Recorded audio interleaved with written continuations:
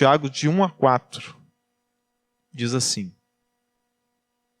Tiago, servo de Deus e do Senhor Jesus Cristo, as 12 tribos que se encontram na dispersão, saudações. Meus irmãos, tende por motivo de toda alegria o passardes por várias provações, sabendo que a provação da vossa fé, uma vez confirmada, produz perseverança. Ora, a perseverança deve ter ação completa, para que sejais perfeitos e íntegros, em nada deficientes. Então, antes de nós entrarmos para o assunto que Tiago quer tratar, precisamos saber quem é esse Tiago, quem foi o autor da epístola e qual o contexto em que ele foi escrito. Então, hoje apenas serão 2 tópicos, né? O primeiro será mais título de informação, para nós entendermos melhor a carta. Então, quem é o Tiago que escreveu a epístola? No Novo Testamento, nós temos aqui um relato de 4 Tiagos, né? Existem 4 Tiagos. E foi traduzido para nós, no português, como Tiago, né?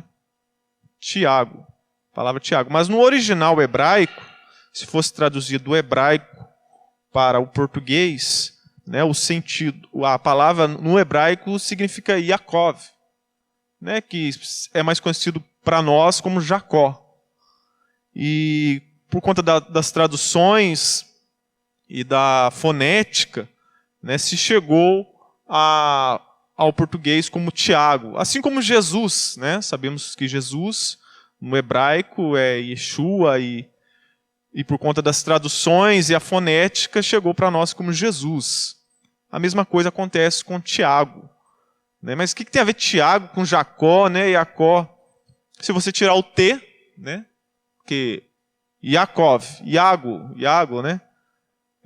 Tem algo parecido. Então, Tiago também poderia ser colocado como Jacó, né? A título de informação. E quem é esse Tiago, né? Tiago, existem 4 no Novo Testamento. Existe o Tiago, filho de Zebedeu, irmão de João, o apóstolo. Então, existe esse Tiago, talvez um dos mais conhecidos, o Tiago, irmão de João. E eles tinham, descrito eles como filhos do trovão. Se você lê nas Escrituras, são ali identificados como filhos do trovão. Eles eram meio bravinhos no início. Eles falaram para Jesus, né, a respeito de outras pessoas que estavam ali confrontando Jesus. Eles falaram para Jesus: vamos orar para que desça fogo do céu e consuma esses homens, né? E Jesus ali repreendeu eles. Tiago e João foram os irmãos também que chegaram diante de Jesus. Senhor, deixa nós sentarmos um à tua direita e o outro à tua esquerda no teu reino. Então esses são os filhos, o Tiago, filho de Zebedeu, irmão de João. Temos também o Tiago, filho de Alfeu, conhecido também como Tiago, o menor. Temos também outro Tiago, que na Bíblia está como o pai de Judas Tadeu. Né? Não é o Judas Iscariote, mas é o outro Judas. E também temos aí o Tiago, meio-irmão de Jesus Cristo, ao qual a tradição da igreja, e eu também concordo, que esse sim é o autor da epístola de Tiago. Tiago, então, meio-irmão de Jesus Cristo. Por que meio? Porque Tiago, né, foi filho de José. Né? Jesus, ele foi concebido pelo Espírito Santo. Então, José apenas criou Jesus. Então, por isso que chamamos Tiago meio-irmão de Jesus. Então, por parte de mãe. Em Gálatas 1, 18, 19, ali mostra esse Tiago, irmão do Senhor. Né? É tratado como Tiago, irmão do Senhor. Diz assim: decorridos 3 anos, então subi a Jerusalém, aqui é Paulo escrevendo, para avistar-me com Cefas, E permaneci com ele 15 dias. E não vi outro dos apóstolos, senão Tiago, o irmão do Senhor. Então aqui há um relato do Tiago, irmão de Jesus. E desses 4 Tiagos no Novo Testamento, 2 poderiam ter escrevido este livro. O Tiago, apóstolo, irmão de João, e o Tiago, irmão de Jesus. Porque o Tiago, filho de Alfeu, ele não vemos muitos escritos dele nas Escrituras e não há muita relevância dele em meio à liderança da igreja ali em Jerusalém, no início da igreja primitiva. E nós iremos ver que Tiago, irmão de Jesus, ele se tornou um líder. Ele se tornou um líder ali da igreja, ali após a morte e a ressurreição de Jesus Cristo. E ele é relatado várias vezes aqui nas Escrituras. Outro também que não poderia ser é o pai de Judas Tadeu, porque ele já seria de avançada idade, talvez nem teria mais vivo quando foi escrito essa carta. Então restaria aí Tiago, o irmão de João, e o Tiago, irmão de Jesus. Mas também descartamos a hipótese de ser o Tiago, irmão de João, porque Tiago ele foi martirizado ali no livro de Atos dos Apóstolos. É demonstrado ali, é escrito ali, a morte do Tiago, apóstolo, né, irmão de João. Ele foi ali passado a fio de espada. Aqui como diz Atos 12, verso 1 e 2. Porque aquele tempo mandou o rei Herodes prender alguns da igreja para os maltratar, fazendo passar a fio de espada a Tiago, irmão de João. Então, não há possibilidade dele ter escrito, porque ele foi um dos primeiros mártires. Foi bem no início ali da igreja. Então nos resta mesmo o Tiago, irmão de Jesus. Meio irmão de Jesus e irmão. Tiago era irmão também de José, Simão e Judas. Isso é mencionado nos evangelhos. Vamos ver ali Mateus 13, 55. Eles falando a respeito de Jesus, né? Eles dizem assim: não é este o filho do carpinteiro? Não se chama sua mãe Maria e seus irmãos Tiago, José, Simão e Judas? Não vivem entre nós as suas irmãs? Então dizendo aqui que Jesus tinha irmãos e também irmãs. Marcos 6,3 também diz: não é este o carpinteiro, filho de Maria? Em Mateus diz que ele era o filho do carpinteiro. José era carpinteiro. E aqui diz que não é este o carpinteiro, né? Nos leva então a entender que Jesus também trabalhava ali como carpinteiro, filho de Maria, irmão de Tiago, José, Judas e Simão. E não vive aqui entre nós suas irmãs? E escandalizavam-se nele. Então nós vemos aqui que Jesus tinha irmãos e irmãs, né? E abrindo um parênteses aqui na história de Tiago, precisamos aqui esclarecer algo. A Igreja Católica, ela diz, né, que Maria, ela viveu toda a sua vida virgem, né? A perpétua virgindade de Maria, uma heresia, né? Declarado pela Igreja Católica. E isso sabemos que é uma mentira, né? É um erro da Igreja Católica. Em Mateus capítulo 1, verso 24, nós vemos aqui que José, né, ele teve outros filhos com Maria. Ele ali teve relações com Maria. Olha o que diz Mateus 1, verso 24 e 25. Despertado José do sono, fez com que lhe ordenara o anjo do Senhor e recebeu sua mulher. Contudo, não a conheceu enquanto ela não deu à luz um filho, a quem pôs o nome de Jesus. Aqui o conhecer aqui é ter relações sexuais, né?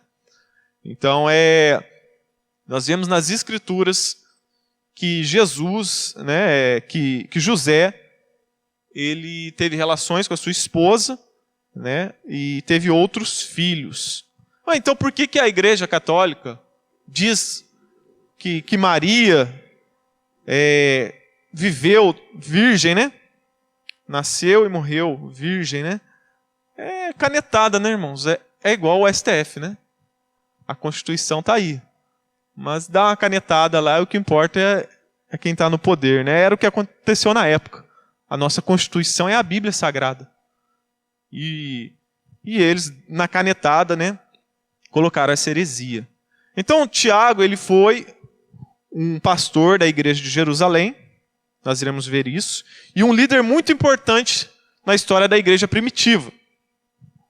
E para mais título de informação, né, a respeito dessa heresia da perpétua virgindade de Maria, isso aconteceu por volta do século IV, onde o cristianismo ele estava envolto do paganismo, né? Cada vez mais a religião do Império Romano, né, se tornava ali a religião oficial.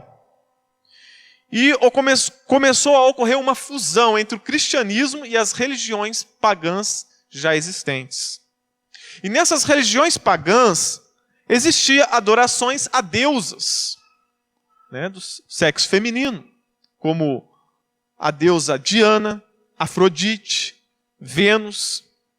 Então, para não ficar ali sem uma deusa, né, eles colocam Maria para substituir essas deusas. Começa um processo, então, de paganização da fé cristã. Foi crescendo cada vez mais o culto também aos mártires do século anterior. Começaram a fazer a culto aos santos, né, onde deu a origem disso. Foi crescendo a ideia também de veneração a relíquias, onde diziam que a unha de Pedro curava, e muitas relíquias tinham poder, né? E nesse contexto também começa ali a veneração e o culto a Maria, uma substituição dos cultos pagãos. E isso foi crescendo em largos passos até que em 1850, pelo Papa Pio IX, ele estabeleceu o dogma da Imaculada Conceição, que significa Maria concebida sem pecado, e que ela ali era impecável. Assim, eles dizem nesse documento que, assim como Jesus não teve pecado, também Maria foi impecável, né? Uma heresia. Então a Bíblia é clara a respeito da veneração, a culto, a oração a humanos e a anjos. A Bíblia condena. Mateus capítulo 4, 10 vai dizer: então Jesus lhe ordenou, retira-te, Satanás, porque está escrito, ao Senhor teu Deus adorarás, e só a Ele darás culto. Voltando para o nosso irmão Tiago, né? Fechando parênteses, voltando ali para o irmão Tiago.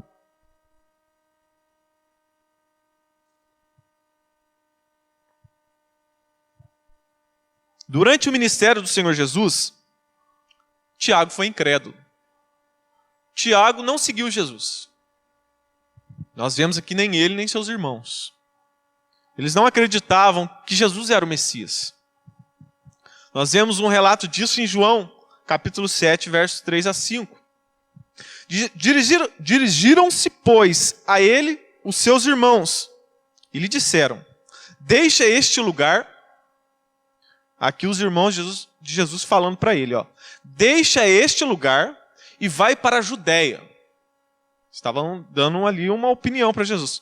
Para que também os teus discípulos, eles já se excluem, nós não somos seus discípulos, os seus discípulos, vejam as obras que fazes. Porque ninguém há que procure ser conhecido em público, e contudo realize os seus feitos em oculto. Eles estavam dizendo o quê? Você quer ser conhecido? Você está dizendo que faz essas obras, esses milagres? Que você é o Messias? Então você tem que ser reconhecido. Então vai lá para a Judéia.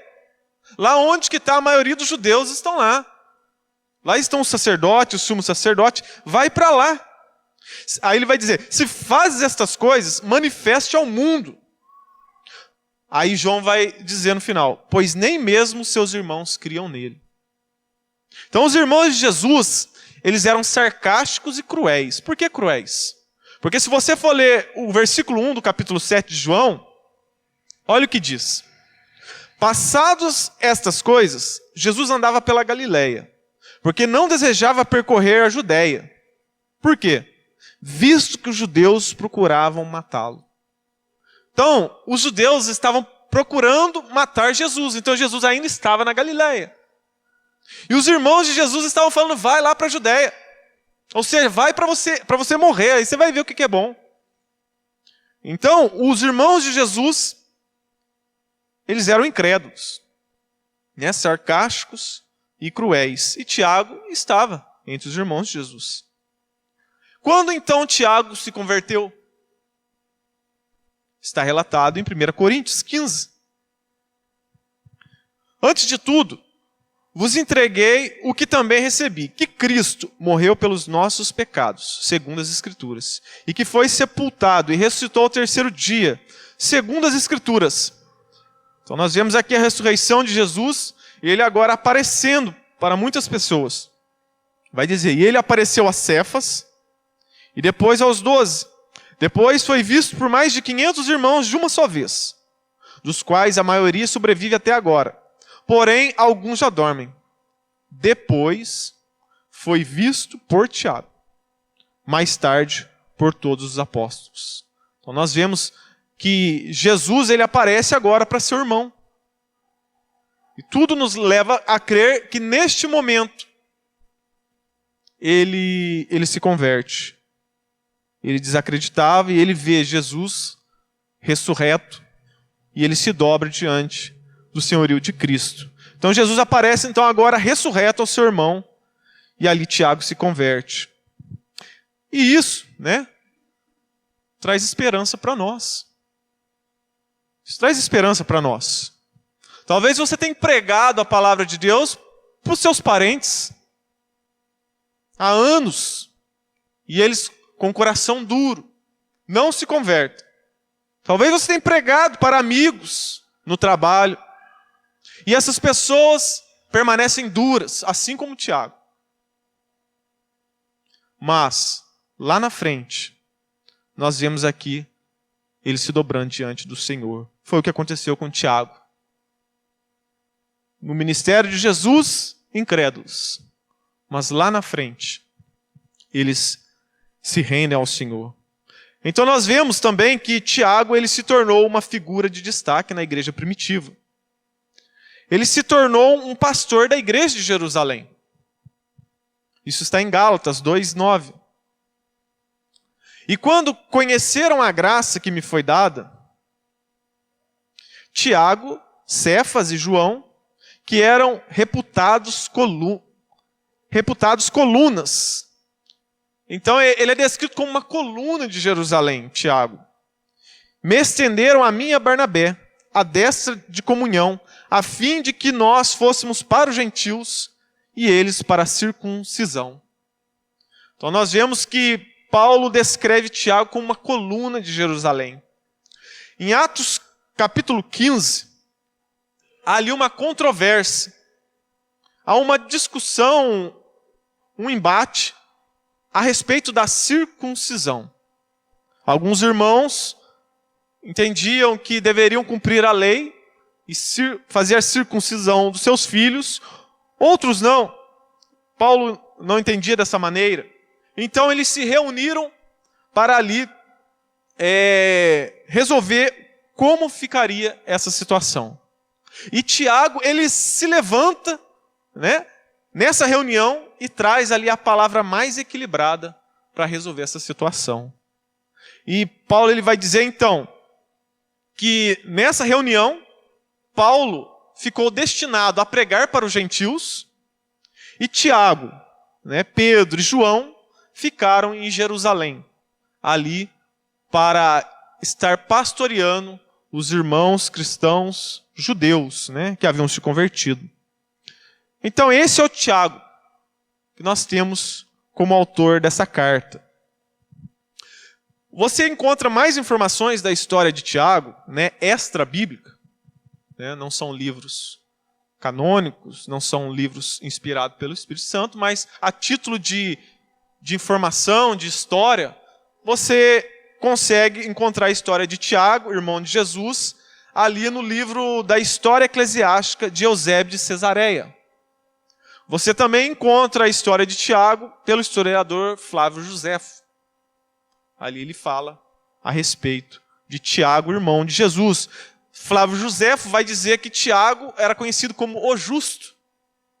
E que quando ele morreu, a cidade de Jerusalém ficou muito triste.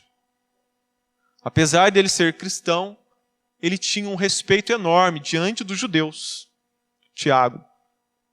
E Eusébio, né, no seu livro, ele cita um livro, um escrito de Hegesipo, que era um cristão do século II, que fala como foi a morte de Tiago. Tiago morreu como ali um mártir também. Tiago, ele foi levado para o pináculo do templo, né, colocaram ele lá no pináculo do templo, e de lá de cima os sacerdotes jogaram ele cai, só que quando ele cai do templo, lá de cima, ele não morre. E o historiador ele vai dizer que Tiago, ele dobra o seu joelho, e ele começa a orar como Jesus. Senhor, perdoa-os, porque eles não sabem o que fazem. E quando, neste momento, eles começam ali, os judeus, a apedrejar Tiago. E estão apedrejando, e no meio desses judeus aparece um com um bastão e termina o serviço, né, que eles estavam querendo fazer ali. E eles matam ali Tiago, né? Então essa é uma história extra-bíblica, né? Mas tudo leva a crer que Tiago morreu dessa maneira, né? Então você encontra mais informações nesses livros, né? E agora, né, vemos aqui como que Tiago se apresenta. Vamos para o verso 1. Ele diz: Tiago, servo de Deus e do Senhor Jesus Cristo. Nós vemos aqui a humildade de Tiago. Tiago, um homem de Deus, humilde. Ele poderia escrever assim: Tiago, irmão de Jesus Cristo, né? Se exaltando. Tiago não é aquele camarada que dá carteirada, né? Ele chega: olha, você não sabe com quem você está falando. Eu sou irmão de Jesus, cresci com ele, jogamos bola junto. E você não sabe com quem você está falando, eu sou Tiago. Não, ele escreve servo de Deus. Ou seja, escravo. Eu me fiz escravo, eu sendo irmão de Jesus, eu me fiz escravo dele. Jesus é o meu Senhor, o meu Salvador. E uma pessoa só pode se afirmar que é verdadeiramente cristã se ela for capaz de afirmar de todo o seu coração essas palavras de Tiago. Jesus é o meu Senhor, eu sou escravo dele. E o que está embutido nesta frase, ser servo de Cristo? O que está embutido? Está embutido que você desistiu de você mesmo. Que eu me reconheço como alguém completamente falido, moralmente e espiritualmente. E eu não tenho condições de salvar a mim mesmo. Eu estou perdido, as minhas emoções, o meu intelecto, tudo foi afetado. É reconhecer que Jesus é o Salvador e que Ele pagou a dívida de seus pecados. Você se reconhecer como um escravo. Você não tem como pagar a sua dívida. Então você se oferece: eis-me aqui como escravo. Porque o meu Senhor, Ele pagou a dívida que eu tinha para com Deus. É entender que quem dirige a sua vida é Jesus Cristo. Não é você. Não é com as suas habilidades. É você conhecê-lo, experimentá-lo e proclamá-lo. E que quando a sua vontade se choca com a vontade do seu Senhor, a que prevalece é a do seu Senhor e não a sua. Então, por isso que um verdadeiro cristão, ele não vive da maneira que ele acha. Eu acho que eu devo fazer isso. Eu acho que eu devo criar os meus filhos dessa maneira. Eu acho que eu devo lidar com o dinheiro desta maneira. Eu acho que ser cristão é desta maneira. Não, eu vejo que o meu Senhor exige em sua palavra. E eu me rendo a isso. E eu me dobro diante do meu Senhor. Eu não faço a minha vontade. Eu faço a vontade do meu Senhor. Se você não afirma essas coisas, Jesus não é o seu Senhor.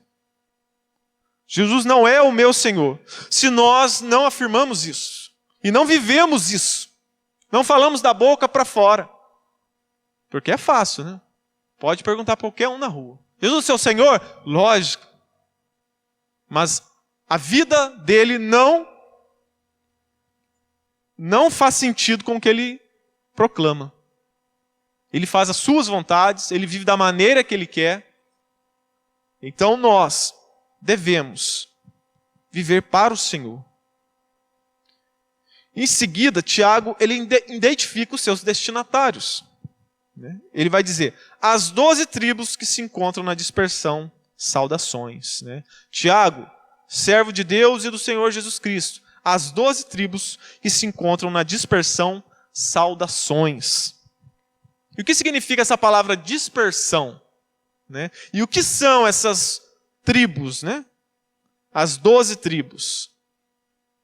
Essas 12 tribos foram os cristãos judeus que foram dispersos, que não estavam mais em Jerusalém e foram dispersos pelo mundo.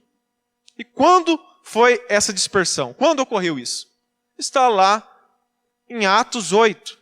No capítulo 7, houve a morte de Estevão, e que ele foi apedrejado, ele viu os céus abertos, e disse que viu o Senhor à direita do Deus Todo-Poderoso, e ali apedrejaram ele, e Paulo estava vendo a cena. No capítulo 8, aí Paulo depois, futuramente, se converte. E aqui, no Atos 8, vai dizer, e Saulo consentia na sua morte, na morte de Estevão. Naquele dia levantou-se grande perseguição contra a igreja em Jerusalém. E todos, exceto os apóstolos, foram dispersos pelas regiões da Judéia e Samaria. Então houve uma grande perseguição em Jerusalém. Em Atos dos Apóstolos vai dizer que a igreja de Jerusalém continha aproximadamente 5.000 membros. E agora, por conta dessa perseguição, os cristãos são dispersos. Eles fogem, deixando suas casas, seus bens, e fogem por conta dessa perseguição. Então a perseguição esvaziou a igreja. Onde Paulo vai dizer que só encontrou ali Tiago e os apóstolos. Então essa carta, ela é uma correspondência entre o pastor e a sua igreja que se dispersou. Essa carta também é para nós hoje.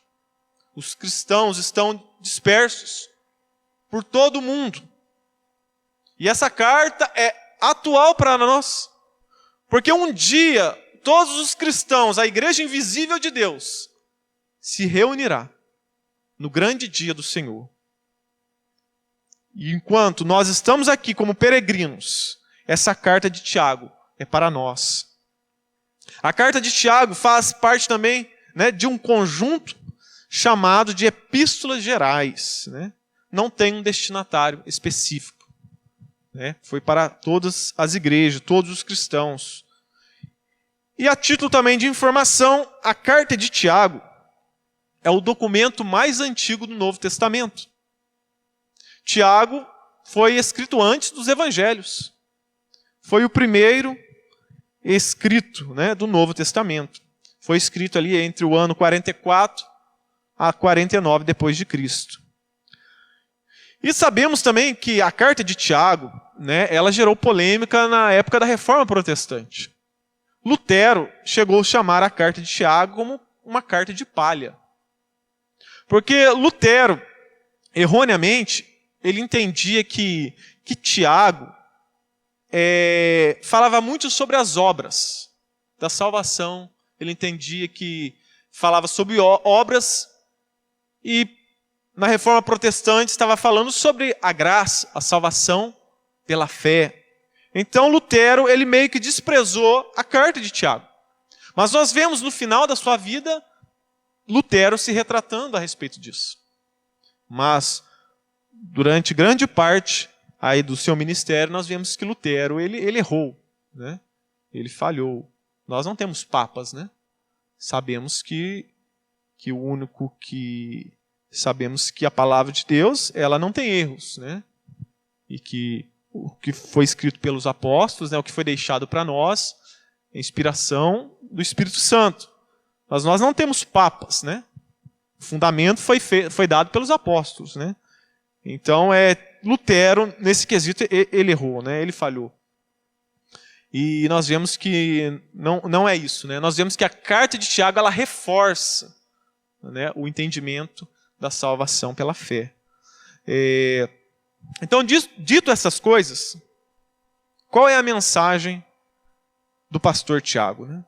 Para as ovelhas que tiveram que abandonar tudo e fugir às pressas. E aí é o segundo tópico para nós encerrarmos.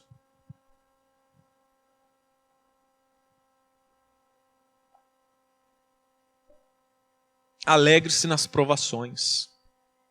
Tiago começa dizendo: meus irmãos, né, um tom bem pastoral, tende por motivo de toda alegria o passardes por várias tribulações, várias provações, né?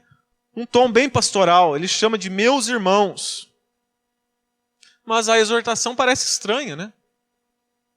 Como assim? Se alegrar diante da provação?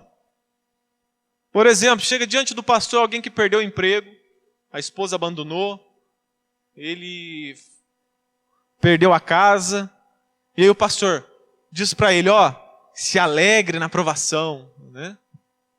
É meio estranho, mas iremos entender melhor o que Tiago está querendo dizer.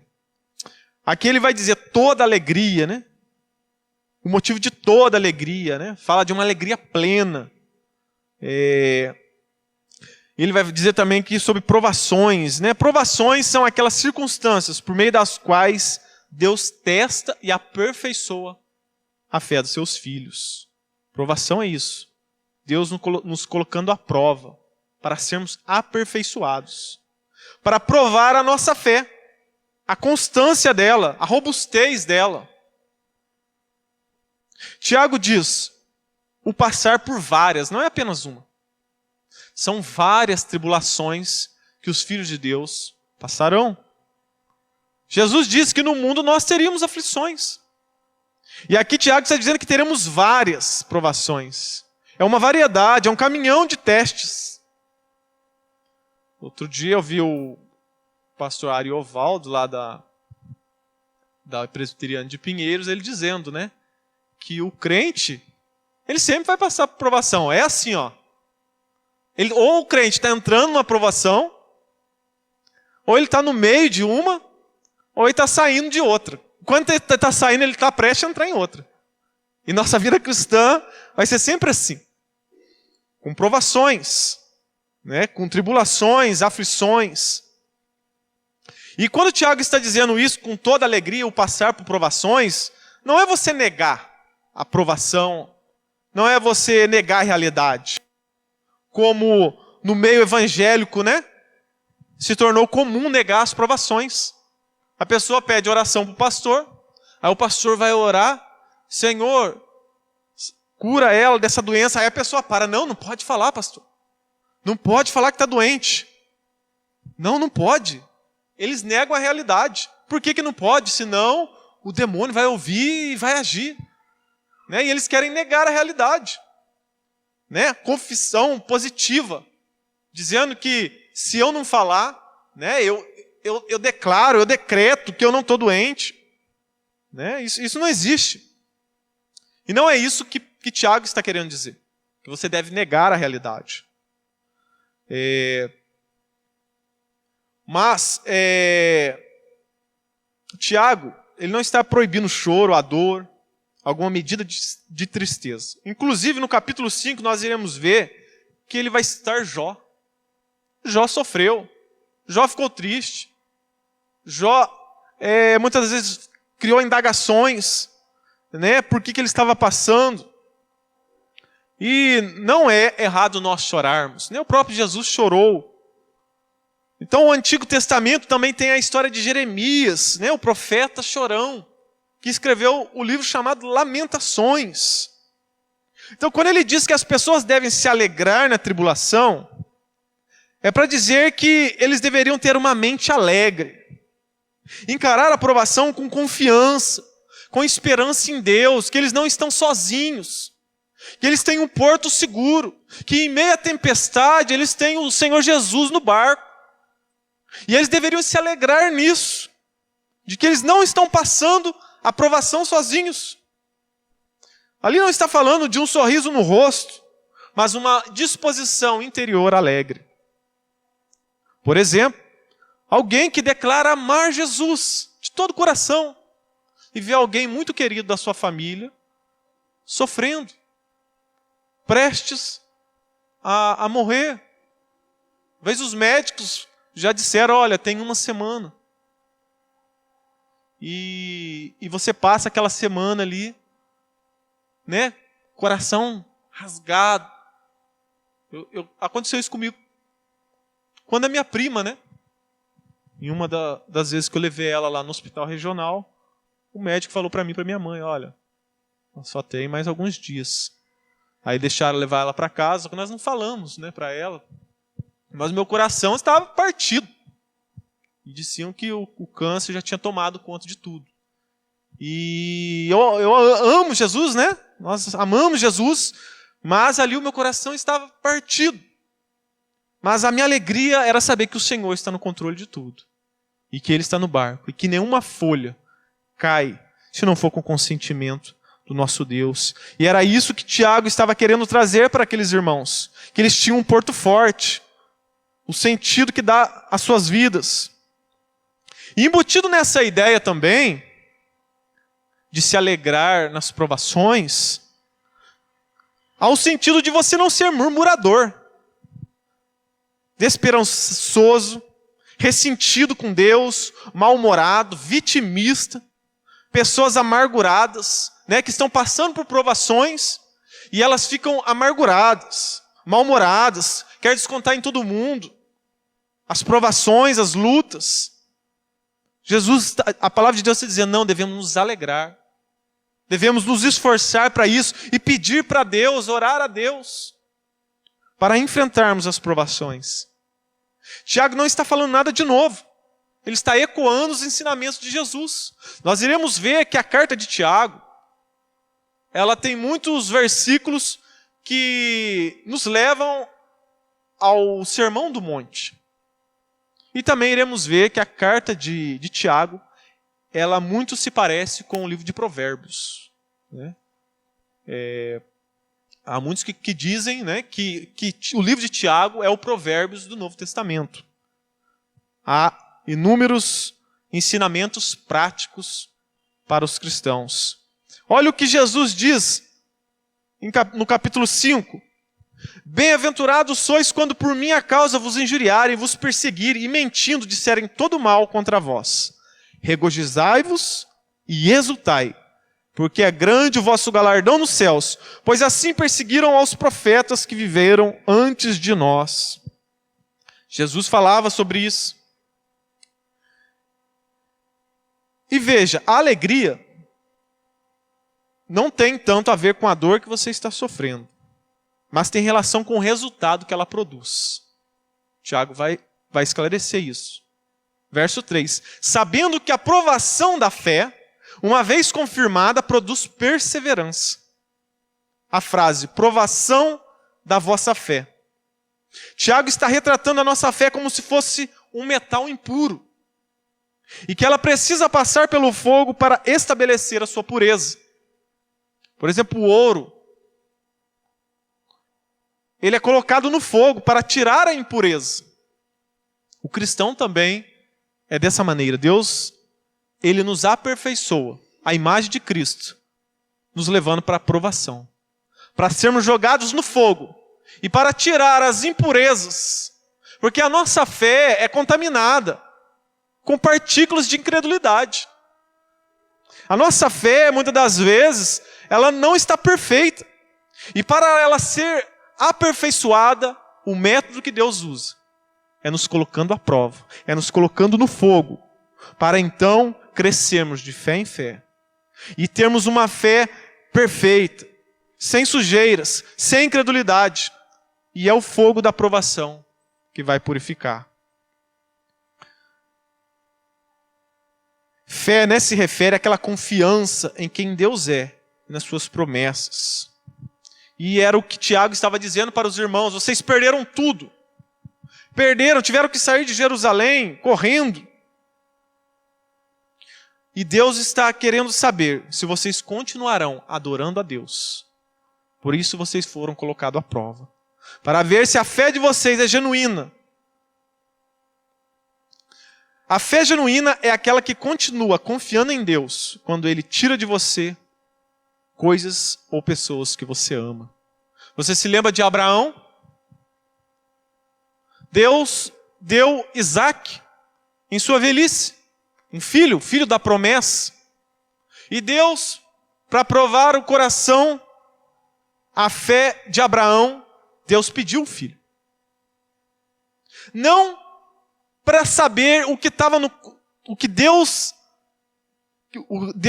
queria saber o que estava no coração de Abraão, mas Deus já sabia. Na verdade, a aprovação da fé de Abraão era para ele mesmo.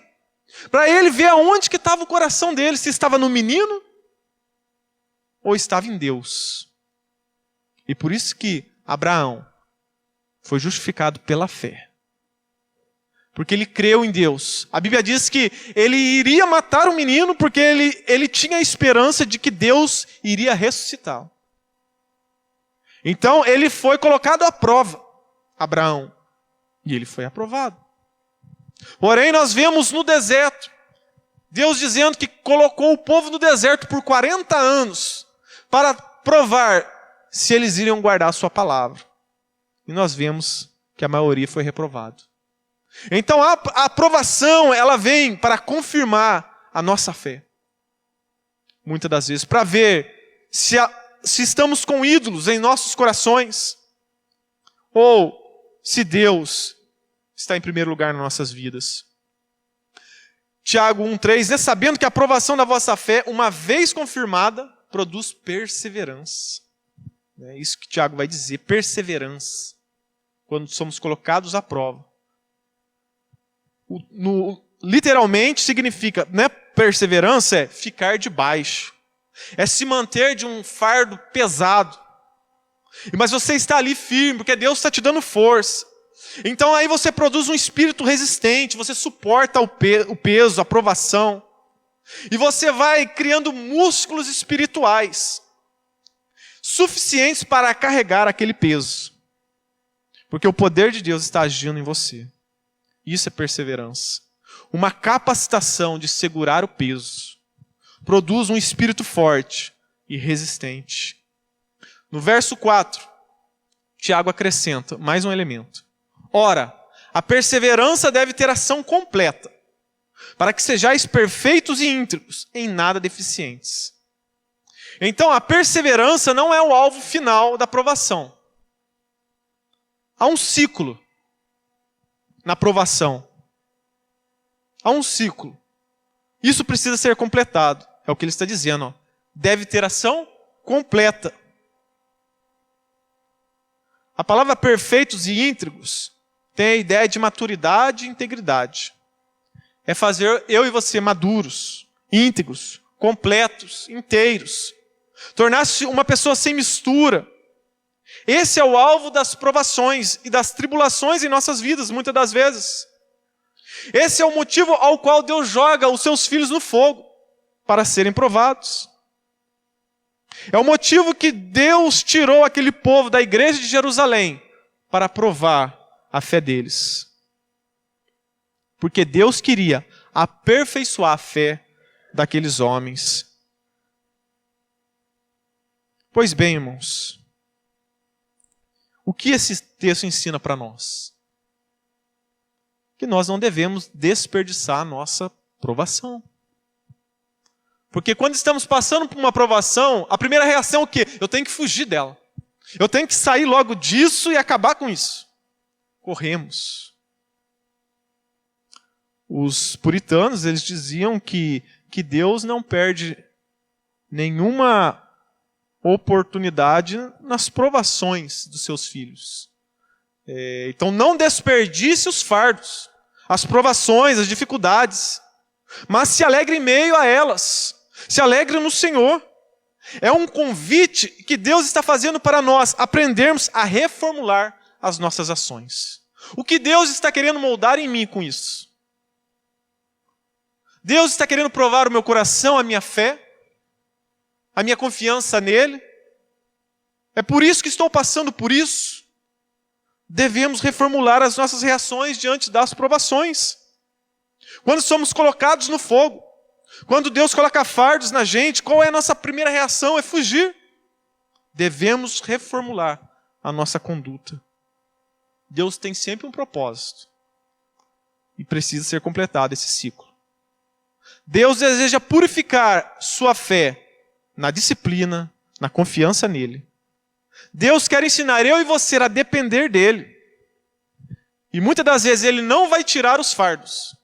Muitas das vezes, pelo contrário, ele vai te dar graça para poder continuar até cumprir a missão que ele estabeleceu. Então não devemos ficar murmurando diante das provações, mas devemos louvar a Deus e deixar ele ensinar que a graça dele nos basta. Então não permita, irmãos, que a tristeza venha obscurecer os nossos olhos diante das provações. E venhamos ser pessoas murmuradoras, pessoas que reclamam, que se fazem de vítimas. Mas devemos nos alegrar no Senhor e saber que isso gerará em nós um espírito resistente. E seremos parecidos mais com Cristo Jesus através das provações. Nós, muitas das vezes, somos como aqueles alunos, né? Que não falta uma aula na escola, né? Não falta, faz todos os trabalhos, está ali presente, não tem nenhuma falta. Aí chega no dia da prova, ele esquece tudo que estudou. Dá um branco. Esquece. Muitas das vezes nós lemos a Bíblia, entendemos as doutrinas, ouvimos pregações, lemos livros, e aí no dia que somos para ser jogado no fogo, nós esquecemos de tudo. Esquecemos de quem Deus é, o que Deus é, como Ele age. Um exemplo, já estou encerrando. Um pastor, né? Eu vi uma história de um pastor que ele perdeu a esposa no dia do nascimento do seu filho, né? A esposa faleceu no parto. E esse homem era um pastor. E ele, por um momento, pensou em largar tudo. Não tem como. Não tem como, eu vou abandonar o ministério. E ele foi orar a Deus. E Deus falou ao seu coração: coloque em prática tudo que você tem pregado e ensinado às outras pessoas. E naquele mesmo momento, ele se alegrou no Senhor. E sua alma ficou alegre. E hoje, ele continua sendo pastor, sua filha já tem 15 anos de idade.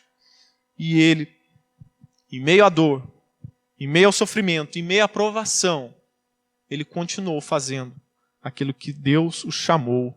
Então, por meio desse texto, Deus está nos chamando a reformular as nossas condutas e as nossas reações diante das provações. Devemos mudar a forma de encarar as provações e se lembrar de quem Deus é. Quem é o seu Senhor? As promessas que Ele fez. Aquilo que você já ouviu da palavra do Senhor.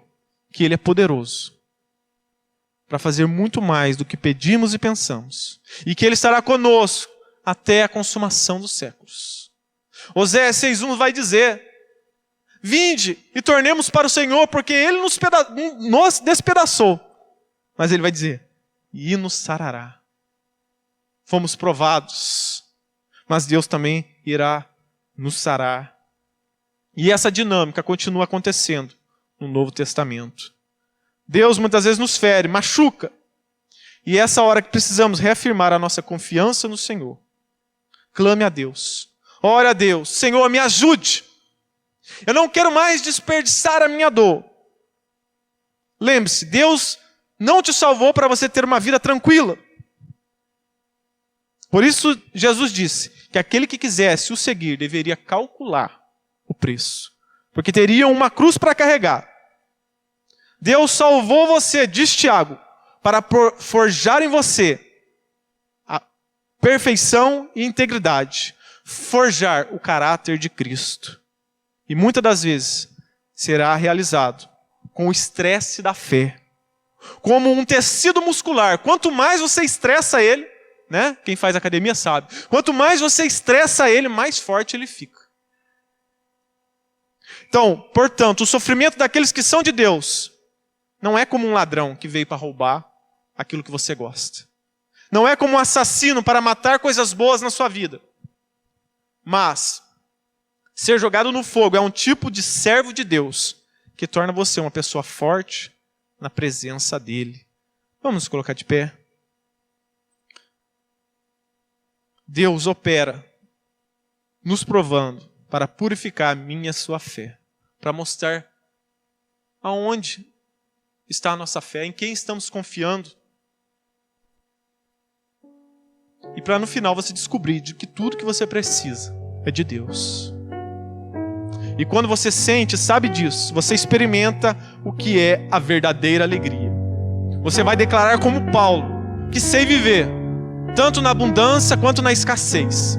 Sei viver em todos os cenários, porque eu sei em quem tenho crido.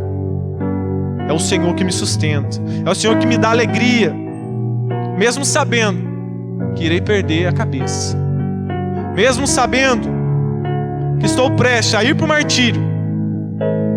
Eu me alegro no Senhor. Alegria para os filhos de Deus é diferente da alegria do mundo. A alegria do mundo é circunstancial, depende de fatores externos. A Bíblia diz que a nossa fé não é vã. Nós cremos em um Deus verdadeiro, um Deus todo-poderoso, e que um dia Ele disse que Ele enxugará dos nossos olhos toda lágrima. Não haverá mais dor nem pranto. Tudo se fez novo. Nós estamos aqui para sermos moldados à imagem de Cristo. E muitas das vezes será por provações. Que Deus nos dê força, nos dê graça, sabedoria para passar e enfrentar as dificuldades e sermos moldados nela. E que em meio às dificuldades possamos adorar a Deus, possamos pregar a palavra de Deus, não ficar presos na nossa dor, mas mesmo em meio à dor, mesmo em meio ao sofrimento, às tribulações, eu vou pregar a palavra de Deus. Mesmo em meio às perseguições, eu vou trabalhar em prol do reino de Deus, porque aqui não é a minha morada é no céu. É lá que encontrarei com o meu Senhor, e lá viverei uma eternidade de alegria. Então, irmão, não espere muita coisa deste mundo. Não deposite as suas fichas, os seus investimentos neste mundo, mas invista no reino de Deus. Invista na palavra de Deus. E para encerrar, eu repito o que Tiago diz: meus irmãos, tende por motivo de toda alegria o passardes por várias tribulações. E João 16:33, eu vos tenho dito essas coisas, Jesus Cristo, para que tenhais paz em mim. No mundo tereis tribulações, mas não desanimeis, eu venci o mundo. Jesus está conosco. Que nós possamos nos alegrar no Senhor diante das provações e das lutas, porque tudo há um propósito. Todas as coisas cooperam para o bem daqueles que amam a Deus.